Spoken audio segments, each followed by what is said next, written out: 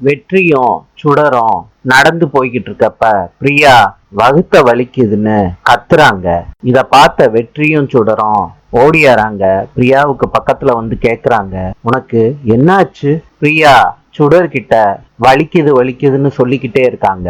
வெற்றி பிரியாவை ஆஸ்பத்திரிக்கு தூக்கிட்டு போறாரு. டாக்டர் பிரியாவை டெஸ்ட் பண்ணி பார்த்துட்டு வெற்றி கிட்ட சொல்றாங்க, பிரியாவுக்கு சீரியஸ் இஷ்யூ இருக்கு, நீங்க ஆஸ்பத்திரியில அட்மிட் பண்றது ரொம்ப பெட்டர். பிரியாவை வெற்றி ஆஸ்பத்திரியில இருந்து வீட்டுக்கு கூட்டிட்டு வர்றாரு. எல்லாருக்கிட்டையும் சொல்றாங்க, பிரியாவை இப்பவே ஆஸ்பத்திரியில அட்மிட் பண்ணலாம், நாளைக்கு நான் பணத்தோட வர்றேன்.